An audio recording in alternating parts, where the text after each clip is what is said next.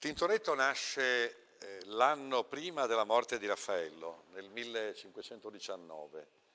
È un momento comodo della storia per nascere, perché quello che è accaduto negli anni furoreggianti dall'inizio del secolo fino al 1520 viene da Tintoretto accolto come una situazione inevitabile, naturale, senza la crisi di chi vede un linguaggio messo a confronto con un linguaggio diverso o nuovo. E quindi il test è quello di due grandi pittori a Venezia, uno che vive la crisi perché quando arriva notizia e testimonianza fisica dell'impresa di Michelangelo e di Raffaello e della grande civiltà del Rinascimento centro-italiano, lui ha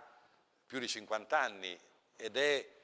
preso di soprassalto da questa novità, la intende come un trauma ed è Tiziano, e l'altro invece che la prende come la condizione naturale della vicenda artistica, culturale, pittorica del suo tempo. E